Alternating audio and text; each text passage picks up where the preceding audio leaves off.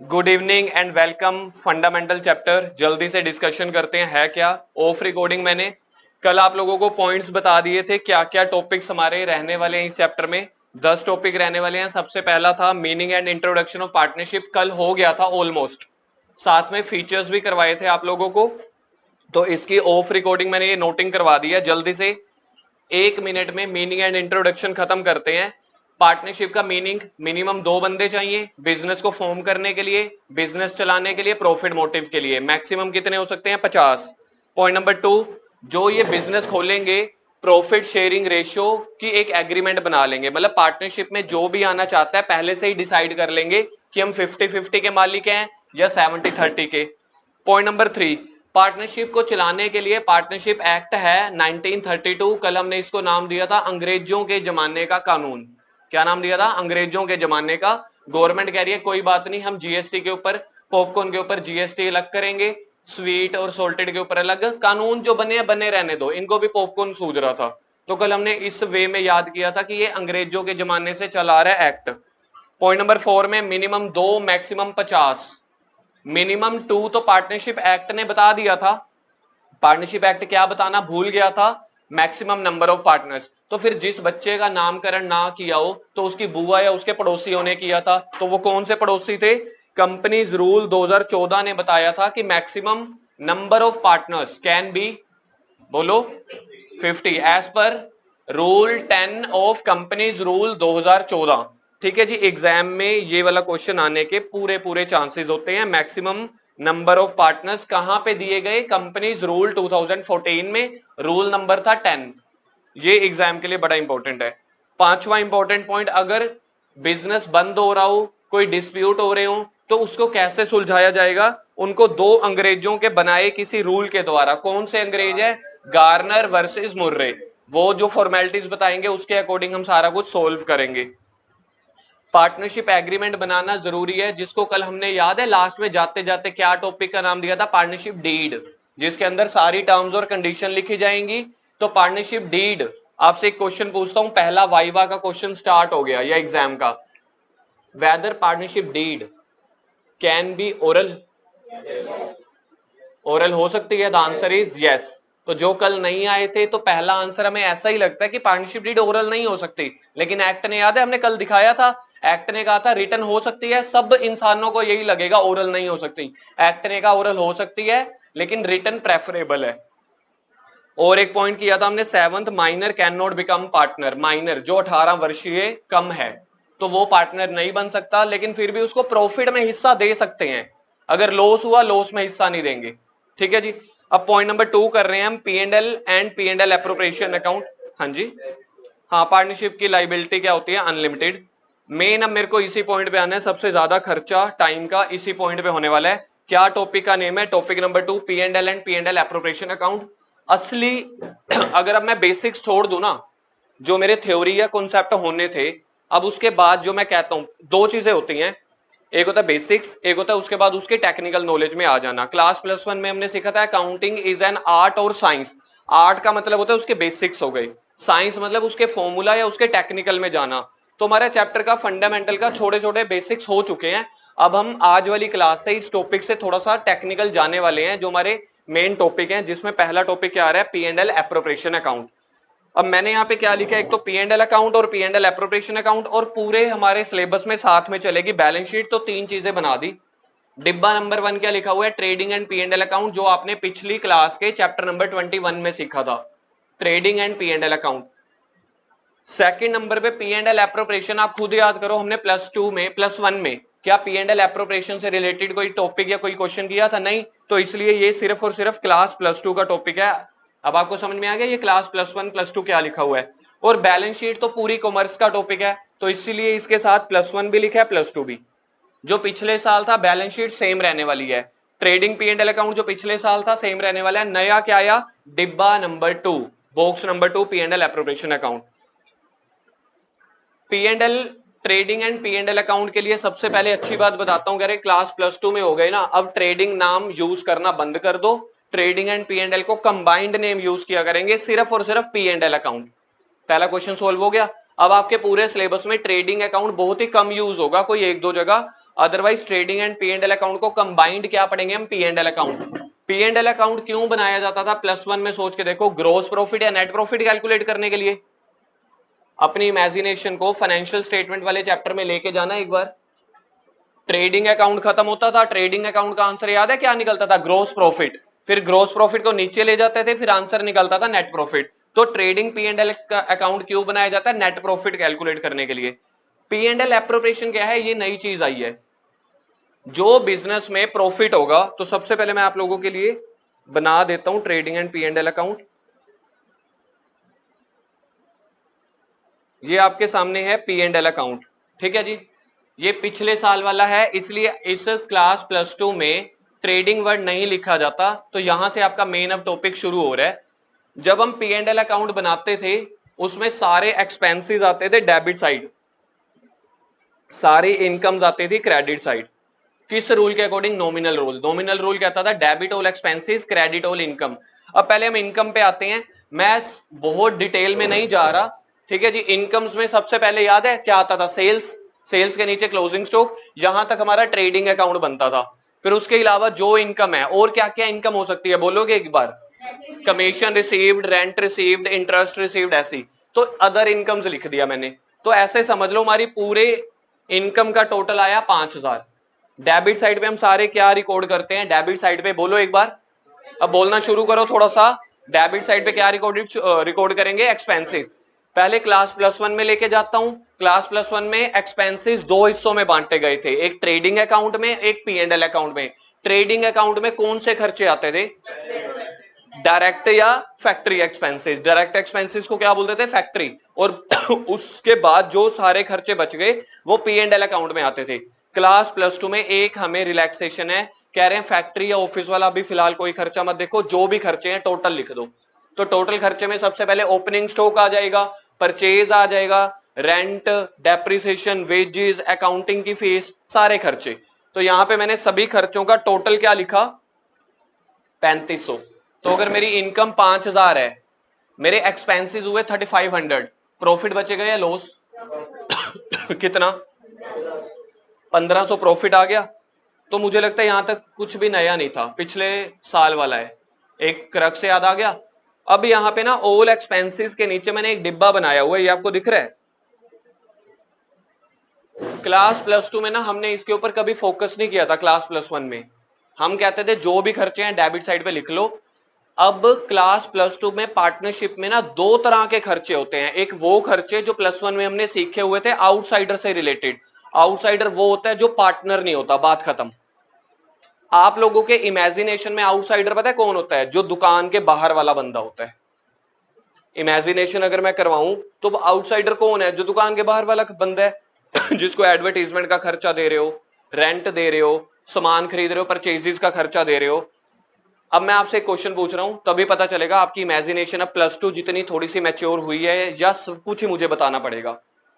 दुकान के अंदर एक एम्प्लॉई है, पिछले 20 साल से है, उसको सैलरी दे रहा हूं, क्या वो आउटसाइडर है या नहीं है, पर वो तो दुकान के अंदर है, पर वो पार्टनर तो नहीं है। यानी कि हमारी इमेजिनेशन अब लेमैन से उठ के थोड़ी सी साइंस में जाएगी, साइंस यानी कि थोड़ी टेक्निकल में। सिर्फ और सिर्फ दो ही डेफिनेशन है, एक बॉर्डर हमने रख लिया, जो पार्टनर है, पार्टनर के अलावा ऑल अदर्स आर आउटसाइडर्स।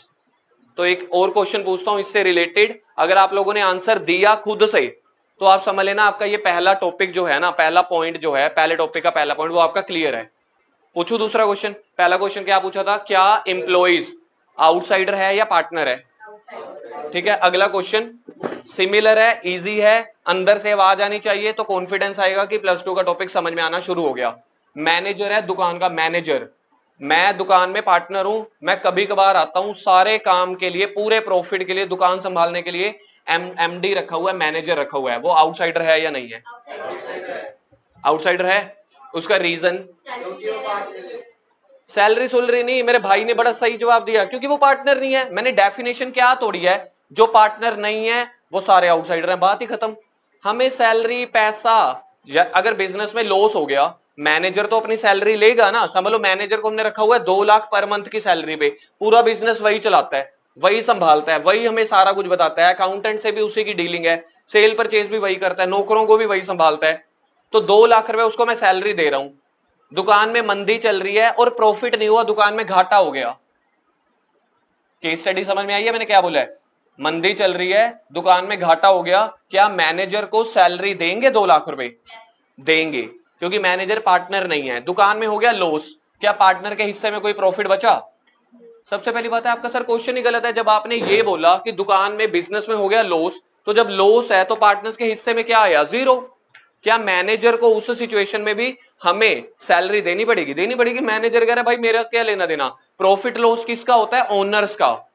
तो जो दुकान में आप लोगों ने इंप्लॉइज रखे हुए हैं, जो बिल्डिंग का रेंट देना है, जिससे सामान खरीद रहे हो उसको पैसे देने हैं, बैंक वाले को इंटरेस्ट पे करना है, डेप्रिसिएशन है, अकाउंटेंट की फीस देनी है, सीए की फीस देनी है, वो सारे खर्चे आउटसाइडर वाले खर्चे होते हैं। क्लास +1 में इसके ऊपर इतना फोकस इसलिए नहीं डाला हुआ था क्योंकि क्लास +1 में ना ओनर से रिलेटेड आइटम्स होते ही नहीं थी। क्लास +2 में ओनर से रिलेटेड भी काफी सारी आइटम्स होती हैं, इसलिए पहले इसको बाइफरकेट करना जरूरी था। ये आपका टॉपिक नंबर 1। मीनिंग को छोड़ दें तो P and L appropriation, P and L topic number 1 ही हो गया ना प्रैक्टिकल के हिसाब से, उसका पॉइंट नंबर 1 हमारा क्लियर हो गया। अगर ये चीज ही हमें नहीं समझ में आई ना, जब इसके प्रैक्टिकल क्वेश्चन शुरू होंगे थोड़ी देर के बाद, आपको चीज समझ में ही नहीं आएगी। पता है क्यों? क्योंकि अगर मेरे को 2 अकाउंट बनाने पड़े, मेरे पास 4 आइटम्स हैं। एक है पहली आइटम क्या बोली थी? सैलरी। दूसरा अब मैं बोल रहा हूं अगर मुझे सैलरी देनी है पार्टनर को, ये भी अलाउड होता है, पार्टनरशिप डीड में लिखा होता है कि जो दुकानदार काम कर रहे हैं पार्टनर्स अपने आप को भी सैलरी देते हैं। तो सैलरी गिवन टू पार्टनर, वो आउटसाइडर वाली आइटम हुई या पार्टनर वाली? यार थोड़ा सा सोच के बोलो। एक आइटम बोल रहा हूं, बड़ी सिंपल आइटम है लेकिन सोच के बोलना। सैलरी या फिर कमीशन गिवन टू पार्टनर, ये आउटसाइडर वाली आइटम है या पार्टनर वाली? कैसे पता लगा? डीलिंग नहीं तो मैंने, अब चीज सोचो, एक टीचर जब ये मिर्च मसाला लगा के क्वेश्चन पूछता है ना, वो सबसे आसान क्वेश्चन होते हैं, याद रखना। मैंने क्या बोला? Salary given to partner. अरे भाई साहब आपको कहना चाहिए था सर आपका तो क्वेश्चन ही ढक्कन वाला क्वेश्चन है। सैलरी गिवन टू पार्टनर, ये कहां से आउटसाइडर से रिलेटेड हो गया? इधर तो इसी क्वेश्चन के बीच में ही आंसर छुपा हुआ था। सिर्फ वाइवा वाला टीचर भी कल को आपको पता है कैसे फंसाएगा? वे ऑफ क्वेश्चनिंग से। जैसे मैंने आपको फंसाने का ट्राई किया, मैं जान जान के कह रहा हूं 10 सेकंड ले लेना, सोच लेना। मैंने क्वेश्चन के ऊपर इतना स्ट्रेस डाल दिया और मैंने क्वेश्चन में क्या पूछा? Salary given to partner. अरे सर आपने ही बोल दिया पार्टनर है, तो पार्टनर से रिलेटेड है। तो जो सैलरी या कमीशन हमने पार्टनर को देनी है वो अलाउड होता है बिजनेस में, पार्टनरशिप फर्म में, तो उसको हम पी एंड एल अकाउंट के डेबिट में नोट नहीं करेंगे। पार्टनर से रिलेटेड सारी आइटम्स के लिए एक नया अकाउंट बनाया जिसका नाम गया P and L appropriation account. तो जो जो एक्सपेंसेस और इनकम पार्टनर से रिलेटेड होंगे वो पी एंड एल अकाउंट में ना जाके एक पार्टनर्स के लिए स्पेशल अकाउंट खोला जाता है, P and L appropriation account. Sir class +1 में सिखाया नहीं था, क्लास +1 में तुम्हें पार्टनरशिप की अकाउंटिंग थी? नहीं थी, बिजनेस स्टडी में सिर्फ थ्योरी के चैप्टर्स थे। सर फिर हमें तुम्हारे वाले टीचर ने सिखाए नहीं थे। उनके लिए भाई टॉपिक्स थे थ्योरी के, प्रैक्टिकल के लिए आपको किसी एक्सपर्ट के पास आना पड़ा, समझे? हाँ, तारीफ करते रहा करो, पुश मिलता है। अच्छा, तो सबसे पहले हमें सारे एक्सपेंसेस और इनकम्स को बाइफरकेट करना है। 2 तरह की बाइफरकेशन है, एक पार्टनर से रिलेटेड, एक आउटसाइडर से रिलेटेड। आउटसाइडर वाले सारे खर्चे, सारी income P and L account में, और आउटसाइडर से निपटारा सारा हो गया। आउटसाइडर वाले से इनकम आ गई, उनको खर्चा दे दिया, जो बच गया। आप लोगों को बिजनेस स्टडी के टीचर ने यह भी सिखाया था इक्विटी शेयर होल्डर में, equity share holder are more risky. सबसे पहले हम खर्चे दे देते हैं, टैक्स दे देते हैं, जितना बच गया इक्विटी शेयर होल्डर के लिए, मोर प्रॉफिट मोर रिस्क। आपके टीचर ऐसे समझाते थे। तो इक्विटी शेयर होल्डर मतलब ओनर, यहां पे पार्टनर्स मतलब ओनर। आपने पहले हमारी पहले ड्यूटी बनती है आउटसाइडर को निपटा दो, फिर जो बच जाए जितना मर्जी बचे वो सारा का सारा किसका है? पार्टनर्स का। तो पार्टनर्स के लिए कौन सा अकाउंट बनाएगा? Number 2 P and L appropriation account. बताओ पी एंड एल अकाउंट में हमने मैनेजर को सैलरी देनी है कि नहीं देनी? मैनेजर आउटसाइडर है कि पार्टनर है? आउटसाइडर से रिलेटेड आइटम्स कहां पे आती हैं? बोलोगे नहीं, समझ नहीं आएगा। कहां पे आती है? पी एंड एल अकाउंट में। तो जो हम मैनेजर को सैलरी दे रहे हैं, बिजनेस के लिए एक्सपेंस है या इनकम है? एक्सपेंसेस कहां पे आएंगे, जहां पे अभी मेरी यहां पे फिंगर है, यानी कि 3500 के अंदर मैनेजर की सैलरी भी जुड़ी हुई है, यस और नो। अब बिजनेस को कितना प्रॉफिट कमा के दे दिया, 1500 का प्रॉफिट पार्टनर्स आपस में बांटना चाहते हैं। पार्टनर्स 5 भी हो सकते हैं, 6 भी हो सकते हैं। पार्टनर्स को जो पैसा मिलता है वो 4-5 तरीकों से मिलता है। तो सबसे पहले ये वाला 1500 एक अलग अकाउंट में शिफ्ट हो जाएगा जिसका नाम है P&L एप्रोप्रिएशन अकाउंट। क्या आपको एरो दिख रही है? तो प्रॉफिट कहां से कहां मूव कर गया, P&L अकाउंट से P&L एप्रोप्रिएशन में। अब इस 1500 को कौन बांटेगा, पार्टनर्स आपस में। पार्टनर्स अपने आप को 3 तरीकों से पैसा देते हैं। सबसे पहले अगर पार्टनर्स बिजनेस में कैपिटल लगाएंगे, बिजनेस तो तभी एग्जिस्टेंस में आएगा ना, पहले तो पैसा लगाना पड़ेगा। वो कैपिटल एक तरह से बिजनेस के लिए उधार हो गई, सोच के देखना। क्लास +1 का टॉपिक है, ओनर्स ने बिजनेस में पैसा लगाया, उसी को बोलते हैं हम कैपिटल। तो कैपिटल के ऊपर इंटरेस्ट देगा कौन, बिजनेस। बिजनेस के पास टोटल कितना फंड है, तो सबसे पहले जिसने जितनी जितनी कैपिटल दी है ना, पहले उसको इंटरेस्ट दे देंगे। मैंने एज्यूम किया बिजनेस के अंदर 2 पार्टनर हैं, पार्टनर्स के नेम दिख रहे हैं, ए बी। ए का इंटरेस्ट बन रहा है 700 रुपए, बी का इंटरेस्ट बन रहा है 200 रुपए। तो बिजनेस ने टोटल कितना पैसा देना है, 900। किसको, पार्टनर से रिलेटेड चीजें ऊपर आएंगी या नीचे, P&L एप्रोप्रिएशन में। बिजनेस के पास टोटल कितना फंड था, किसके लिए, तो पार्टनर्स को सबसे पहले जो आपने पैसा बांटना है वो कैपिटल जो उन्होंने दी थी उसके ऊपर इंटरेस्ट बांट दो। इंटरेस्ट ऑन कैपिटल बिजनेस के लिए खर्चा हो गया, तो खर्चे हैं तो किस तरफ आएगा, डेबिट साइड। इसलिए P&L अकाउंट और P&L एप्रोप्रिएशन अकाउंट दोनों नॉमिनल रूल के अकॉर्डिंग सोचे जाते हैं। क्या एक चीज समझ में आ रही है? बिजनेस के पास 1500 था, कितना पैसा उसने पार्टनर्स को बांट दिया है, कितना बच गया। अब जब वो पार्टनरशिप डीड बनाते हैं स्टार्टिंग में, तो उसके ऊपर ये भी लिख दिया जाता है कि पार्टनर्स को सैलरी या कमीशन मिलेगी। सर किस बात की, यार दुकान में अगर पार्टनर्स काम करेंगे ना, तो वो पहले ही डीड में लिखवा लेते हैं कि हम बिजनेस से सैलरी भी खाएंगे, तो बिजनेस के लिए तो खर्चा हो गया। बिजनेस अगर पार्टनर को सैलरी देगा खर्चा हो गया, और एक उनको मिलती है कमीशन। तो ए ने पार्टनरशिप डीड में लिखवाया हुआ था मुझे सैलरी मिलेगी क्योंकि मैं पूरा दिन दुकान में काम करता हूं। बी कहता मैं कस्टमर ला के दूंगा, मुझे उसके ऊपर कमीशन दे देना। बिजनेस के लिए खर्चा है, किससे रिलेटेड खर्चा ये, तो इसलिए P&L एप्रोप्रिएशन में आ रहा है। ए को मिली सैलरी 250, बी को मिले 120 की कमीशन। पहले देखो बी बिजनेस के पास इतना पैसा था, स्टार्टिंग में कितना पैसा था, कितना बांट दिया था, कितना रह गया था, 600 में से 250 दे सकते हैं, बाकी कितना बच जाएगा, 350। 350 में से 120 दे सकते हैं। ठीक है जी, यहां तक समझ में आ गया। तो पार्टनर्स को 3 तरीकों से पैसा देते हैं हम, इंटरेस्ट ऑन कैपिटल के रूप में, सैलरी के रूप में, कमीशन के रूप में। अब अगर पार्टनर्स ने बिजनेस में से ड्रॉइंग की, अब बिजनेस कहेगा अब तू मेरे से पैसा लेके जा रहा है, बिजनेस किसको कह रहा है, तू मेरे से पैसा लेके जा रहा है, जब तूने इंटरेस्ट ऑन कैपिटल लिया था, अब ड्रॉइंग के ऊपर तू मुझे इंटरेस्ट दे। बताओ ऐसा कौन किसको बोल रहा है, तो बिजनेस जब पार्टनर से ड्राइंग के ऊपर इंटरेस्ट लेगा जिसको नाम देते हैं इंटरेस्ट ऑन ड्राइंग, तो बिजनेस के लिए क्या हुई। अगर खुद बोलोगे ना ऐसे जो मैं अब चीजें पूछ रहा हूं, वही चीजें ना आपका +2 के अकाउंट्स में इंटरेस्ट भी क्रिएट करेंगी और कॉन्फिडेंस भी देंगी। जैसे आपका कॉन्फिडेंस बिल्ड हो गया ना, आपको चैप्टर आसान लगने लग जाएगा। मैं पहले बोल रहा हूं पूरे सिलेबस का ये 2 सबसे मुश्किल चैप्टर है, एक शेयर मार्केट वाला, एक ये। अब अगर आपको धीरे धीरे ये समझ में आने लग गया, जिसको हम कह रहे हैं पूरे सिलेबस का सबसे मुश्किल चैप्टर है, अगर आप आंसर दोगे थोड़ा सा कॉन्फिडेंस बिल्ड होगा ना, आप कहोगे इतना मुश्किल भी नहीं है जितना सर ने कहा था, तो इसलिए जवाब दिया करो। तो इंटरेस्ट ऑन ड्राइंग किसके लिए इनकम है किससे लेनी है, पार्टनर से रिलेटेड आइटम्स कहां पे आती हैं, एप्रोप्रिएशन में। तो एप्रोप्रिएशन में इधर देखो बाय इंटरेस्ट ऑन ड्राइंग 40 और 20, ये इंटरेस्ट ऑन ड्राइंग 40-20 हमने निकाल लिया। सिर्फ इंटरेस्ट ऑन ड्राइंग को करने के लिए मेरे को 2 दिन चाहिए होते हैं, इतना बड़ा टॉपिक है ये। 5-6 दिनों के बाद आएगा, 4-5 दिनों के बाद आएगा। फिलहाल के लिए हमने निकाल लिया 40-20।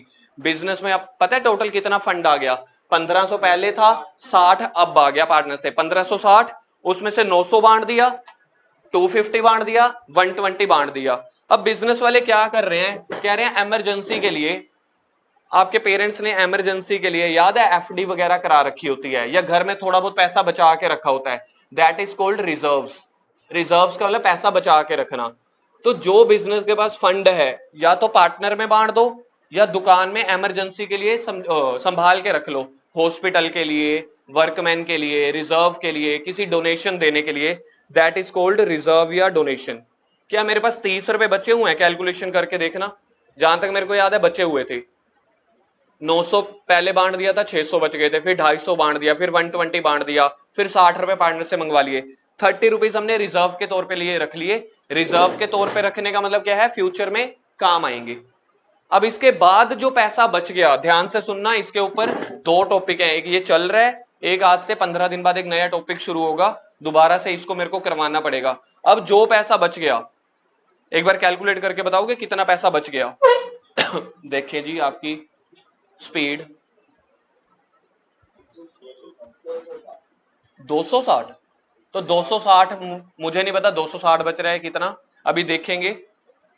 जो पैसा भी बच गया पार्टनर्स को देने के बाद, बिजनेस कभी भी पैसा अपने पास नहीं संभाल के रखेगा।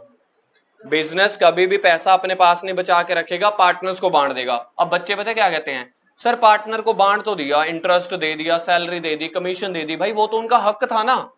किसी एक पार्टनर ने अगर कैपिटल ना दी होती, क्या उसको इंटरेस्ट मिलता? जो बंदा कैपिटल देगा उसको इंटरेस्ट मिलेगा, जो सैलरी कमीशन वो कमाएंगे उतना मिलेगा। तो बाद में बिजनेस में जितना भी प्रॉफिट है पार्टनर्स आपस में बांट लेंगे, बिजनेस अपने पास नहीं संभाल के रखेगा, उसको हम कहते हैं रिमेनिंग प्रॉफिट। रिमेनिंग प्रॉफिट को कैसे बांट रहे हैं? जो प्रॉफिट शेयरिंग रेशो हमारी डिसाइड हुई है, 50-50, 30-70, 20-80, जो भी रेशो डिसाइड हुई है। तो आंसर 260 ठीक था। यहां पे मैंने रिमेनिंग प्रॉफिट 130 क्यों बांटा होगा? मैंने ये सोचा होगा दोनों 50-50 के मालिक रहे होंगे। तो इस हिसाब से पी एंड एल एप्रोप्रिएशन बनता है। हर साल के एग्जाम में, फाइनल एग्जाम में ये पी एंड एल एप्रोप्रिएशन आता ही आता है। ट्विस्ट क्या आता है? ट्विस्ट ये आ जाता है, देखो 90% questions P and L appropriation से रिलेटेड है, 10% क्वेश्चन में पी एंड एल डाल देते हैं, जान के पता क्या लिखेंगे? मैनेजर को सैलरी दी नहीं, पार्टनर्स को पहले दे दिया। तो अब एक पॉइंट समझा रहा हूं, सुन लेना, कल ही इसका क्वेश्चन आ जाएगा। क्या हम मैनेजर को सैलरी देने से पहले, क्वेश्चन सुनना देखना ठीक है, मैनेजर को सैलरी देने से पहले पार्टनर्स को खर्चे की सैलरी दे सकते हैं? सबसे पहले मुझे आउटसाइडर का निपटारा करना पड़ेगा, ये बात याद रखना। क्योंकि मैनेजर क्या है? मैनेजर ना तरुण सर के पास ट्यूशन पढ़ के गए थे 6-7 साल पहले। मैनेजर नहीं, सॉरी, पार्टनर्स। पार्टनर्स थोड़ा सा ना दिमाग चलाते हैं, यहां पे मैनेजर को सैलरी नहीं देते, ठीक है जी। प्रॉफिट कैलकुलेट कर लेते हैं, लास्ट में कहते हैं भैया हमारा ना रिमेनिंग प्रॉफिट ये रह गया। अब रिमेनिंग प्रॉफिट किस में बटता है? पार्टनर्स में। पार्टनर्स हैं चालू, वो दिमाग चला रहे हैं, अच्छा मैनेजर तू भी था, तेरे को कमीशन पे रखा था, जितना प्रॉफिट बच जाएगा उसका 10% मैनेजर का। तो मैनेजर तभी थोड़ा अच्छे से काम करता है अगर हम उसको कमीशन बेस पे कर देना।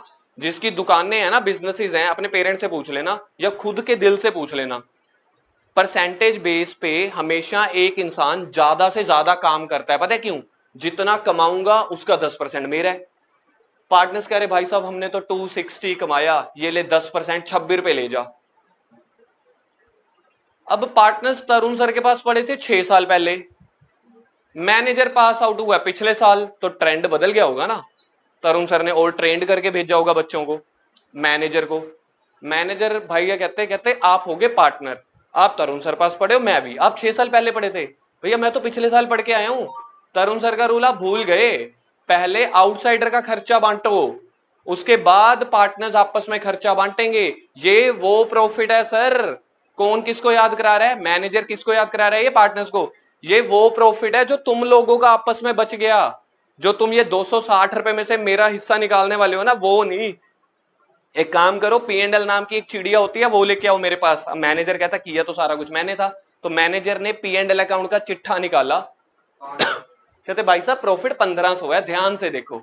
नहीं देखते तो हम येलो हाईलाइट कर देते हैं। ऐसा कौन किसको बोल रहा है? मैनेजर बोल रहा है पार्टनर्स को, कह रहा भाई साहब 1500 का 10% निकालो, कितना बनता है? 150। और आप मुझे कितने में सल्टा रहे थे? 26 में। तो इसलिए कभी कभी क्वेश्चन ऐसे आते हैं जहां पे हम प्रॉफिट उनको दे देते हैं पहले। अब चलो टाइम हो गया, बाकी करते हैं कल। Okay, bye bye.